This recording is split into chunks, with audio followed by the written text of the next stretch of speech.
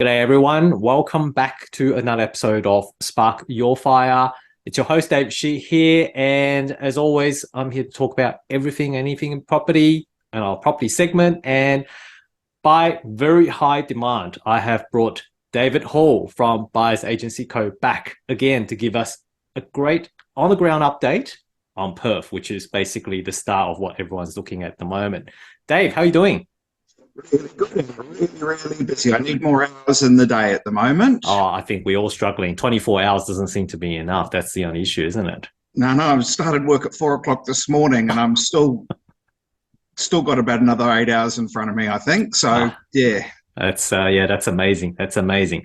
But anyway, Dave, I think last time we spoke, we brought you back on the show was probably about May-ish. So it's been about 6 months since then. And I know, the last 6 months has been significant changes. Obviously, interest rate environment has shifted a lot. RBA just announced another cash rate increase yesterday, and now it's sitting at basically 3.1%, which is at the historical 2002 level, apparently. And that killed everyone's serviceability, of course, but but not from what I'm hearing in Perth. That's the only thing. Perth's still going very, very strong at the moment. So what's really going on there? The problem at the moment that we have that's not going to get resolved for 4 to 5 years, there is nothing to buy, there is nothing to rent. So I'll give you, and rents are, I'll give you a couple of anecdotes. So I looked at a property. So my client for this property is a professional renovator, and we execute a three-line strategy: renovate, rent by the room, retain and build. So we layer the three things in. This property came on market in a suburb called Ferndale, which I would call a medium density suburb. Very popular with migrants. A lot of Chinese come there. And Indian, 20% others. It's a very popular migrant suburb, mainly around affordability of schools. It's a just under 1,100 square metre, 4-bed, 2-bath home that my client will convert to 5 beds, 4 baths, and we're looking to get around $1,400 a week rent. We're also going to have a back block of around 480 square metres, which today is worth around $320,000 once we've subdivided, and this subdivision's super, super easy. Went to the open home. I was one of 50 couples at the open home. 8 offers, and basically this is one of the reasons why you use a buyer's agent. Went through the property and we picked up a couple of things. Elderly owners that are downsizing. It's sort of one of the very few people that are listing at the moment. Sure. And the pool fencing was non-compliant. Okay, so they're selling their house and they're going, we've got this problem, we don't really have the money to fix it, we don't really have the desire to fix it. So my offer was the highest by somewhere between $1,000 to $5,000. But the thing that got my offer across the line was, don't worry about the pool fencing, we'll take it as is, and we'll sort that out later. So just a little bit of creativity, but literally 8 offers, 1 open home. The agent, because elderly sellers, they wanted every property. In about 10 minutes, he ran out of masks. The another one, so that was sort of what I would call a 5.5, 6 out of 10 property. Neat, tidy, but 1980s bathrooms, 2000s kitchen, needs a little bit of love, but not bad. Okay. So the other one was a property in Mullaloo. So Mullaloo is beachside, coastal, highly desirable. The owners of this property 10 years ago took the roof off the house, completely gutted it, and spent somewhere between $500,000 to $600,000 renovating it. They're building a house literally 4 doors down, so they really like the area. And they've got to the situation where, as they entered a contract 2 years ago, building prices have gone up, and now they need to sell the family home to complete the build. Agent couldn't be bothered doing a 5:30 or 6 p.m. open home to get so that people could drive from the city, leave work, come up, have their time. Too lazy. I'll open it at 5 o'clock to 5:30. 10, 11 couples through in the Wednesday open home. 4 offers and a $1.7 million family home. You rock up there, there's a nice Lamborghini Huracan in the driveway that's not the agent's. There's a nice Porsche Panamera, very, very highly desirable property. Sure. Once again, was able to secure that property by having a discussion with the agent who I actually go to the same gym with, so it's a bit more casual than most people can get away with. Nice. And found out that the sellers were building, that they were 9 to 12 months away. And my client's actually been transferred to the United States for 2 years. We just did a seller rent back, which is because this family, and this is sort of where the relationship with the agent comes. It's like, well, John, what are they going to do? What do you mean? So husband and wife, they've got 4 kids. No one is going to rent to a family today with 4 children because kids destroy homes. They're going to take a double income with 1 or 2 kids. They're stuffed. So it wasn't necessarily the highest offer. We're not a cash offer. We certainly bid out higher cash offers, but by tweaking the offer to meet the seller's needs, which are also overlap with my clients, really good. Once those guys move out, we'll put it in the market and absolutely kill it on rent. And then 2 years later, they'll move into the home. Yeah. Okay. So this is a seller rent back type of situation, isn't it? That's a seller rent back, but this is sort of the thing I'm sort of trying to allude to what's happening in the market. These are the things I'm having to do today to secure a property. So if I didn't offer that seller rent back, there was an offer very close to mine, cash, no conditions. It was somewhere between $1,000 to $5,000 to maybe $6,000. You're going to take the cash offer, no conditions, and walk out the door. Yeah, wow. So whereas 12 months ago, I wasn't having to do that. And then 12 months ago, that house wouldn't have gone with 4 offers after a single Wednesday, 5 p.m. open home. So looking now going to the rental market, a couple of really interesting trends. We've just seen a little bit of a seasonal surge. So we're up, which is pretty typical. We'd see a little surge. But going back to November, I had 4 clients releases. So tenants vacated, new tenants coming in. Our worst performing client got $50 a week more than asking. And my best client got $175 a week more than asking. We're going to see, so Perth sees a period of peak migration. So that migration occurs January and February. So we have a lot of professionals that come into the state. And they're certainly coming in this year, but because they've got families, because they've got children, they want to start January, February. So we would see, I'd expect we're going to see real estate transactions go from 800 to 1,000 a week, up to 1,600 to 1,800 a week. Wow. But we've only got 6,500 properties for sale. Yeah. And look, it's the buying side's ferocious now. And going over to the rental, and we just sort of discussed this offline. So we're around 1,700 properties for rent. And we're renting, I think it's 600 to 700 a week at the moment. Come January, February, that's typically 1,600 to 1,800 properties. That's every property on the market for rent. We are not going to have enough. And we're going to be in this situation where we're desperate for nurses, doctors, prison guards, mining engineers, construction workers. We know we're going to have a huge mass migration.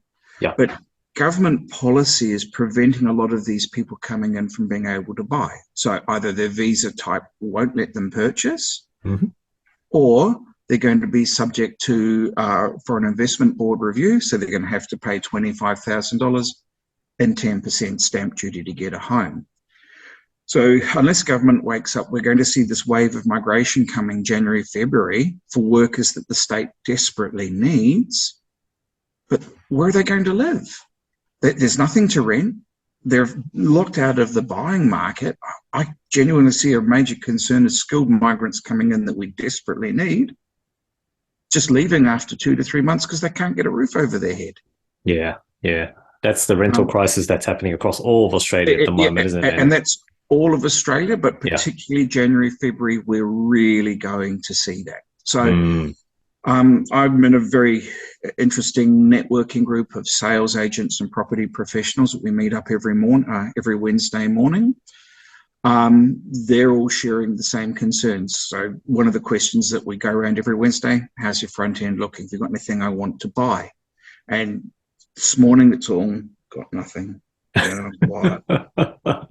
There's just not the stock coming on.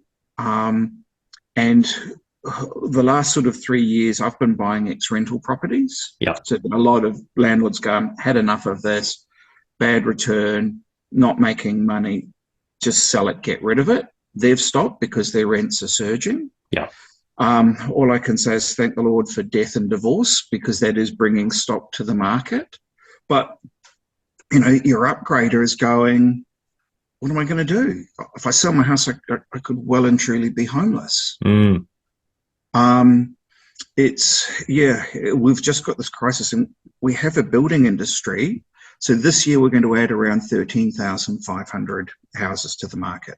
Yeah. There's around 2.1, 2.2 people per household in WA.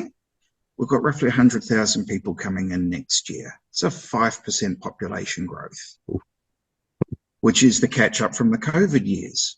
But the building industry can't add. Yeah. The building industry, we've had another major builder go broke 2 weeks ago, and we've had another major contractor go broke this week. They're just not capitalised. And, we have a state government that's fundamentally addressing other issues and is reactive instead of proactive to start planning ahead. We're seeing some changes coming to town planning legislation. So if I pick a suburb like Bulga, there's a lot of what we call R40 there, 700 square metre block. Up until about March next year, you'll be able to demolish the old 1950s, 1960s home, build 3 townhouses. The town planning legislation is going to see that go from 3 houses to 2 houses, unless you want to build double story, which in Bulga the maths won't work.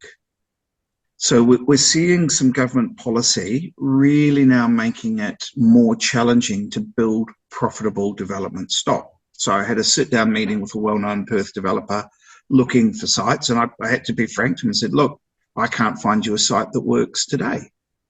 So we're really at this point where building costs have gone up 40 to 60%. So the end product has risen, but house prices today haven't matched that, but we can't add new stock. And at the lower end of the market, it is absolutely cheaper, even with the higher interest rates, to buy versus rent. We are going to have a crisis come January, February. There's just no other words for it. We're not going to have enough housing. So people are already being pushed out in terms of the rents, right? And that's across Australia, not just Perth. But I think Perth in particular is also seeing the amount of surge in terms of the rents that's ongoing. Now, and that is truly a problem, because, like you said, the good question is, how are you going to be able to accommodate all these overseas migrants as they come to Perth? I've heard a rumour, which is not to be disclosed with a fact, but I'm a buyer's agent. I buy houses. There's someone, and I heard the rumour 2 days ago, working as a rental agent. So you come to me, you pay me $3,000, you give me all the information I need, I guarantee you a house within a week.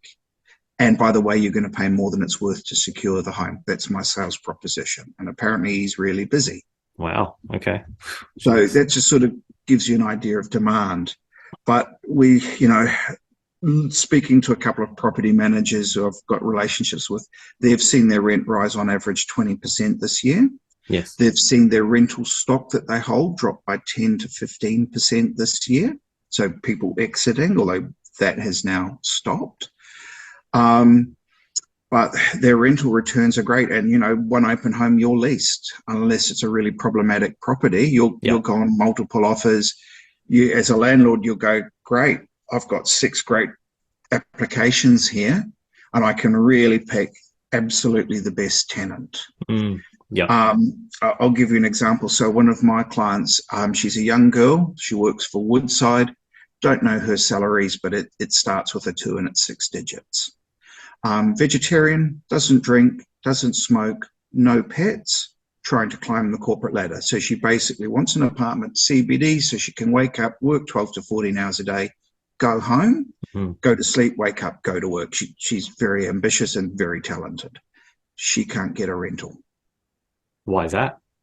Because she's never had a rental reference. So immediately, because she's left home, gone. Don't even look at you. Yeah, wow. Okay. So I've been writing her letters. When she's applications, I'm ringing the agents that I know to try and get her a rental, because it's just, and you know, I would hand on heart have her in one of my rentals. She's got 3 investment properties herself. Like she knows what she's doing. Yeah. So yeah, January, February, watch out, because I just don't know where the housing stock and where the rental stock is going to come from. So you mentioned earlier that some of the property investors were exiting because for the long period of time, the Perth price is being subdued, the rental price is being subdued, but that's now changing at the moment, right? So are you still seeing the trend that the property investors are still exiting, or has that kind of come to a halt now? That's definitely come to a halt. So existing owners are not selling up anymore, which is leading to part of the stock. Yes. West Australian investors are asleep under a cabbage tree somewhere, that they're not acting. I'm not seeing anyone from Darwin. I'm not seeing anyone from Tasmania, but Sydney, phone's ringing all the time. Melbourne's a good number. Brisbane's a good number of people. Yep, totally. It is Eastern States investors who are ahead of the curve while we have a sleep here in Western Australia. Yeah. Because of the recency bias, they remember that pain. Oh, no. But like it's really interesting. You know you're in a good time when it is cheaper to buy than it is to rent, even with the interest rates. And I think we've not seen, you know, I think we've still got a little bit more to go on that front. But, you know, it's the analogy I use is, look, a year ago, the cost of my petrol was $1.30 a litre. And I was happy to pay $1.30 a litre from petrol. Today, my petrol's $2 a litre. I'm not really happy to be paying $2 a litre, but I need to drive my car, so I'm going to pay $2 a litre. And it's the same with the housing that we're having. Yep, not really liking it that my rent's gone up $100 a week, but I need a house, so I'm going to pay it. My concern becomes in 12 months is that affordability. I think we're going to start seeing 2 lots of families move together to start sharing housing. That, I think, is the only way out of it. I think the rent by the room is just a fantastic product to help first people to really make that affordable if you don't have children. They're certainly incredibly popular and good yielding for investors. But, you know, even then there's some legislation around that which limits what we can do in terms of delivering product. Yeah, fair enough. Now, look, I think certainly that trend has already started in Queensland, in Brisbane. From what I'm hearing, there's a lot more demographic that is now co-living together under the same roof, despite the fact that obviously they probably didn't want to, but that seems to be the trend. I'm sure in Sydney that has been happening for a while, and it's a bit sad to see that Perth is also going that direction. But look, it's Australia-wide, and the question is, so look, we're seeing mass migration across Australia, but cost of money today to borrow for investment debt's going to be around 6%. We're seeing now a flattening of Sydney, Melbourne, Brisbane markets. So why is an investor going to buy a property at a 2.5% to 4.5% yield when their money is that high and there isn't the prospect of that capital growth in the short term? Rents are going to have to surge to get to that balance point before investors start going back into the market. Yeah. You know, and I'm seeing that everywhere. Houses that you couldn't give away 3 years ago for $350 a week are now renting for $600 a week, multiple applicants. And that's not mining town. That's basically that's Perth. We are still a mining town. And just the queues, like it's not uncommon to see 50 people queued up outside a rental open home. Yeah. It's funny because that's a cyclical side of things. I'm sure, Dave, you've been in this property game long enough. You've seen this happening before as well, right? But this is worse than 2010. This is worse. This is worse. Okay. So when you take into, so within Western Australia, we're a mining town. Mining, according to Bankwest, is 52% of our economy by the time you take in mining and then all the associated industries and support. So we're seeing a big push on construction. So if we have a look, the Scarborough project, like it not, that's going ahead. Yeah. We're seeing we desperately need the associated ammonia plant with that so we can produce fertilizer, produce cheaper food stocks. We're seeing the BHP Port Hedland Harbour project. People just don't understand that once the dredging is complete, that's 4 new jetties, that's 4 new stackers, that's 4 new reclaimers, it's 4 new car dumpers, it's 4 new rail systems, 4 new screening plants. BHP, FMG, Gina and Atlas, they're all going to take a port each. We're seeing Andrew Forrest, I think it's 50 billion, he's talking about a hydrogen plant up near Port Hedland. We're seeing BP saying that they're doing their final study on a $33 billion hydrogen plant. Well, they're talking about doing a submerged cable to produce green electricity to meet 25% of to meet 25% of Singapore's electricity requirements. We don't have people, we don't have housing. It's, I'll go back to 2010. I had a tenant that decided that rent was optional and moved them on. And I looked at the comparables and I said, yeah, look, this is about a $550 a week rental market. But you know what? I'm an investor. These guys have burnt me a little bit. I'll try it on at $600 a week because I've got to do some work. It'll take me 2 weeks. If I don't get it within 2 weeks, I'll bring down to market. Put it on at $600 a week. I had literally had 2 people out the front fighting for who was going to get it. Clearly neither of you 2 guys. I can't remember, 30, 50 couples through it. An Irishman comes to me and says, look, I'm Paddy. I'm in the construction industry. This place will be a little bit of a party town, but I'm willing to pay way more in bond, and I'll give you $700 a week to secure the house. Wow. That's commonplace today in the rental market. And it hasn't started yet. Yeah.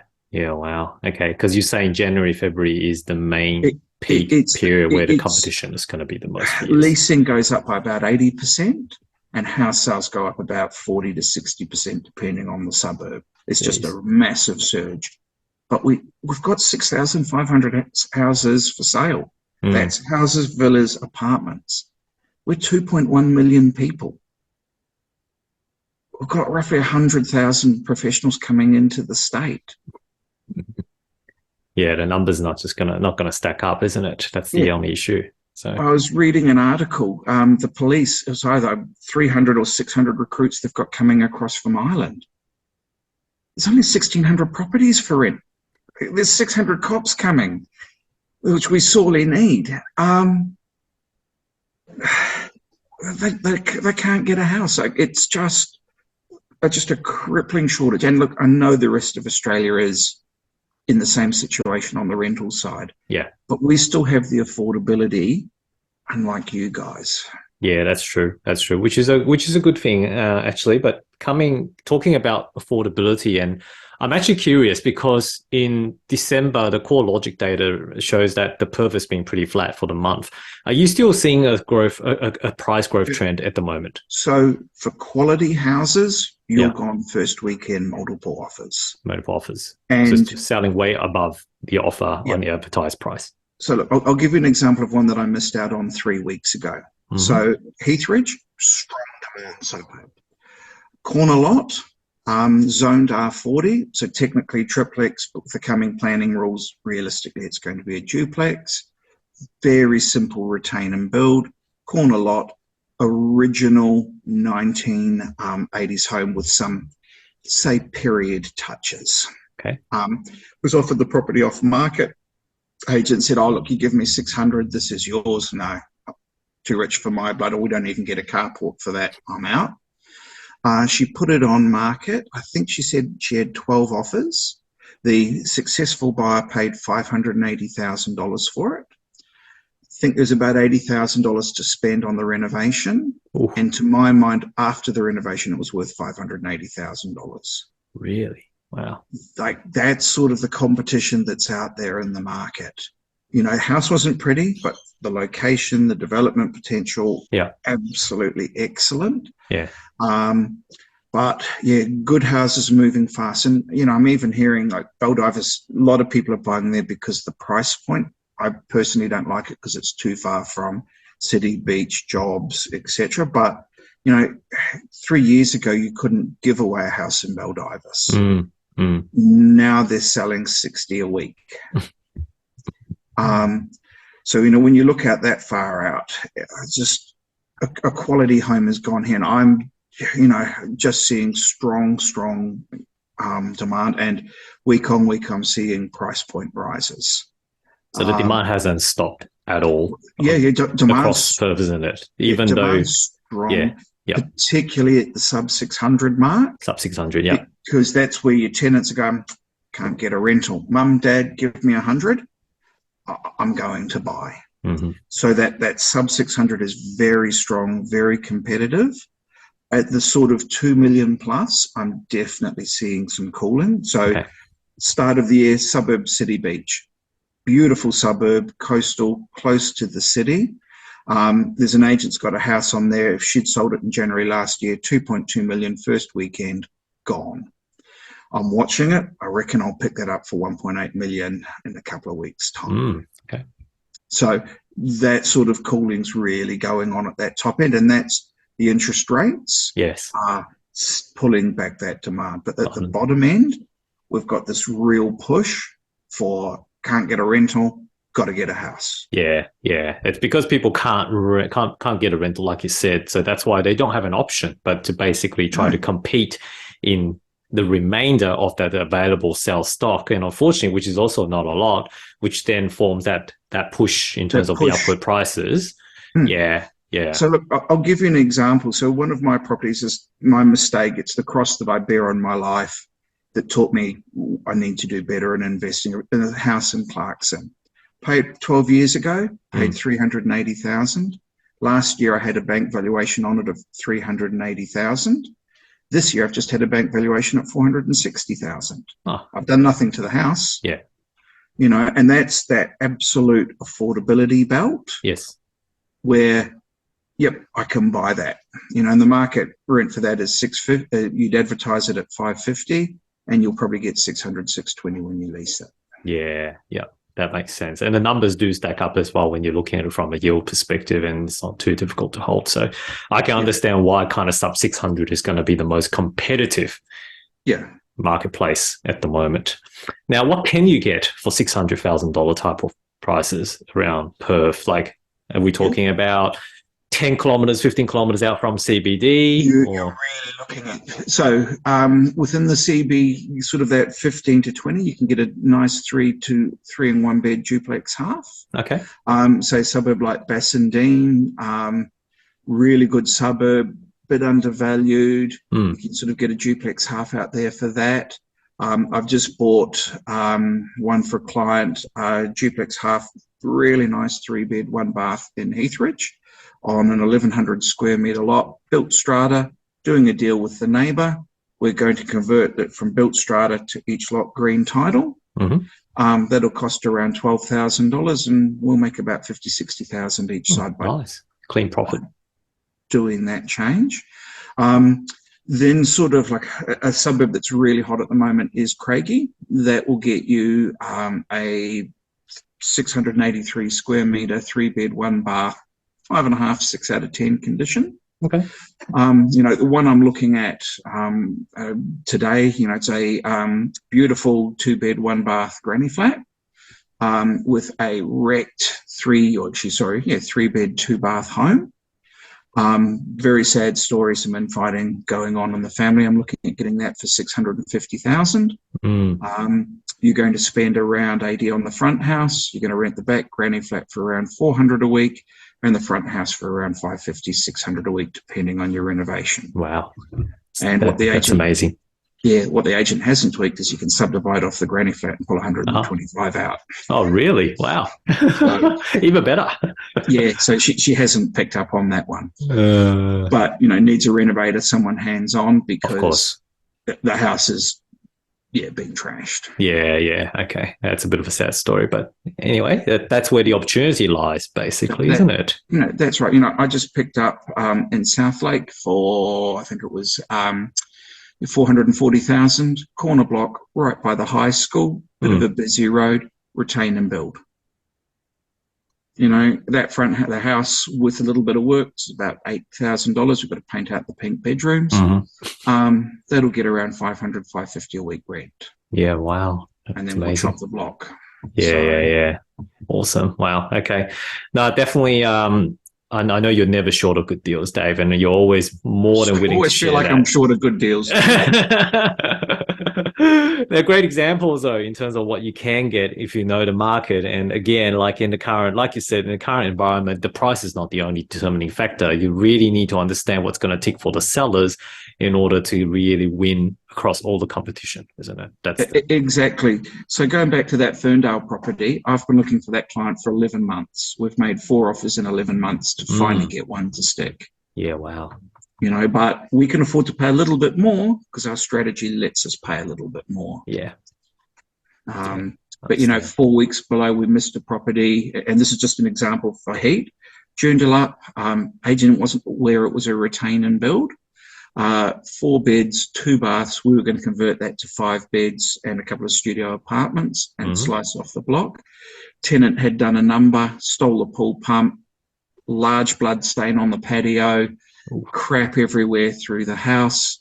I appraised it was worth $580. Someone paid $617,000 sight unseen. Ouch. And I can show you a much better house that sold 2 weeks later with lake views that sold for $650. That just gives you an idea of just the heat in the market and how need a house. And we're just starting to get that. Yeah.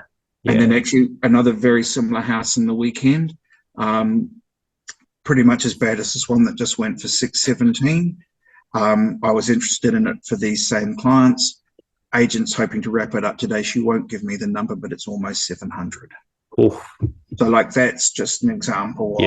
Keeps on getting pushed up, isn't it? Yeah. Just that demand that, someone's missed out on that one. I don't care. Just get it. Yeah. Got it. Okay. No, thanks, Dave. That's really good. Mindful of time, and I know we can chat. I do have one last question for you, Dave. I know you're in this property game for a long time. Now, you've seen this happening before with the interest rate rises and ups and downs and all that. Now, how do you think this cycle, this current tightening of the interest rates and credit is going to impact Perth in 2023 or even 2024? What do you think is going to play out? I think we're going to be going back to the petrol analogy.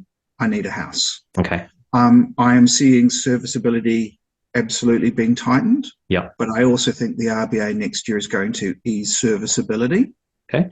But I'll put something else. So we're just a little bit above, maybe 10% of where we were in 2012 prices. Okay, so 1% a year, amazing return. But in 2012, my mortgage rate was 8.8%. Today's you're probably looking at around 6% for investment debt. Yep. We've still got a lot of leeway to go. So yes, I think, and particularly that higher end of the market. So here's my analogy, Dave. A year ago, I could buy a house for $1.5 million. Interest rates have gone up, they're 8%. Today, I can buy a house for $750,000. I need a house. I'm going to buy a house. Okay, I'm not going to get that beautiful one in Mullaloo. I'm going to buy a nice house in Joondalup instead. Yeah, that's the analogy I'll give you. I need a house because there are no houses. Yeah, gotcha. So okay, it's just going to pull that top down. I just don't know what renters are going to do. I really feel for them. Is the state government fully aware of the current rental crisis that's happening in Perth, though? Like, I'm sure there's unions and people would have been advising they need to do something about it. They are, but they aren't. Okay. They're introducing conflicting policies. So if we have a look at one, so government does things that are genuinely intended to be well intended, but they don't understand the broader consequences of that action. Sure. So we've already discussed visas either not being able to buy or having to pay a premium to buy. We're seeing changes to town planning codes, which are going to mean less density, less infill. Mm-hmm. We've seen something called Design Guidelines WA, which is intended to make apartments better. And I actually, oddly for a developer, really support it because we've produced some ghastly homes. But that's increased the cost of apartments. Mm-hmm. We're seeing now changes in energy efficiency, which is going to increase the cost of building. We're seeing changes now coming in next year into Western Australia around wheelchair accessibility. Well intended, well needed, but that's going to increase house prices. And then I look at, say, something like stamp duty, so then, oh, we need an institutional investors to solve this problem. But they're going, stamp duty kills me, land tax absolutely kills me, I'm not investing, I'm out of here. Yes. So we desperately need investors to bring rental stock on. Yeah. But we've got all these well-intended policies that stop. You know, when a developer's come to me and saying, David, I haven't built anything in 2 years because I can't find a deal that works. Can you help me? No. So just the numbers doesn't stack up, which then, the numbers don't work. Yeah. Yeah. So, you know, 18 months, 2 years ago, standard client will do a nice retain and build site. You'll put 100, 150. You'll be negatively geared on paper thanks to depreciation, but positively geared in reality. It's my favorite low-risk strategy. Yep. I can't get those deals to work. Can't get those deals, yeah. Because my 220,000 build cost is now 340 to 360,000. There's that fat. Yeah. Gone, basically. The profit margin's all gone, basically, into because of the rising construction costs, unfortunately. Yeah. So, and that little villa would have taken 6 months to build. It's now 18 to 12, 18 months to 2 years. Supply chain issues as well, which is causing part of the overall problem. Yeah. Now, the biggest problem is builders in Western Australia have no working capital. So I took an amazing development site to a builder, double view, premium suburb. 3 street frontage, quarter acre block, could put 3 houses on it, $600,000. Mortgagee in possession, real nasty. Houses, had 2 houses on it, both destroyed. We can get this for 600. Let's buy it, Dave. I know the numbers. I know they work. Can't do it. I do not have 600,000 spare. And this is a builder that 2 years ago, done. Don't even look at it. Just sign here. Yeah, wow. You know, they don't have the working capital, and we're still losing builders through the washout that's coming with our construction because their prices are still escalating. So only thing that can happen is we have to get to an equilibrium where building and house prices match. Correct, yeah. Which is 100, the numbers I'm just giving you is $160,000 more per house that has to go up. And it's happening now.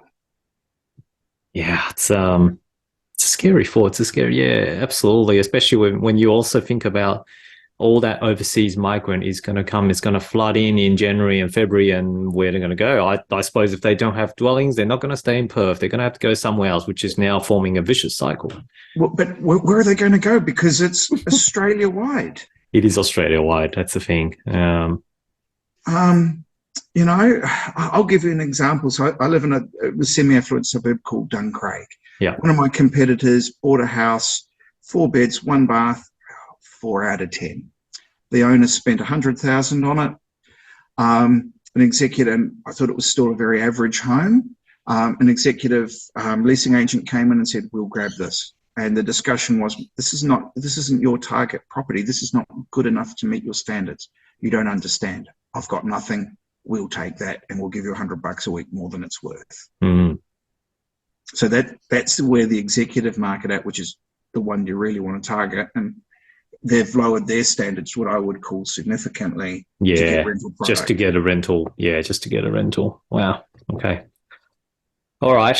Well, it's a problem, unfortunately, that you and I cannot solve, and obviously it's beyond our control. But we'll keep a close eye in terms of what's really going to happen, especially in the next couple of months. And 2023 comes in. Let's talk to me in March, and we'll see whether I'm right or not. But I think it's going to be a torrid time. Absolutely. Yeah. Gotcha. All right. Okay. Thanks, Dave. Look, I always appreciate your time and the amount of insight and wisdom that you bring to our listeners in terms of understanding how the Perth market's currently doing. That is truly invaluable to everyone here. So I'm sure I'll bring you back on in March again, and then we'll check in terms of how the rental crisis. I'm right or not, Dave. Yeah, that's it, Dave. But yeah, thank you once again for your time and your generosity today. Beautiful. Thanks, Dave. Thank you. Chat soon. And to our listeners, thank you for joining us today. And if you got any questions, send it through sparkyourfire@gmail.com. Otherwise, have a good Christmas, and we will see you guys in another episode of Spark Your Fire. Cheers.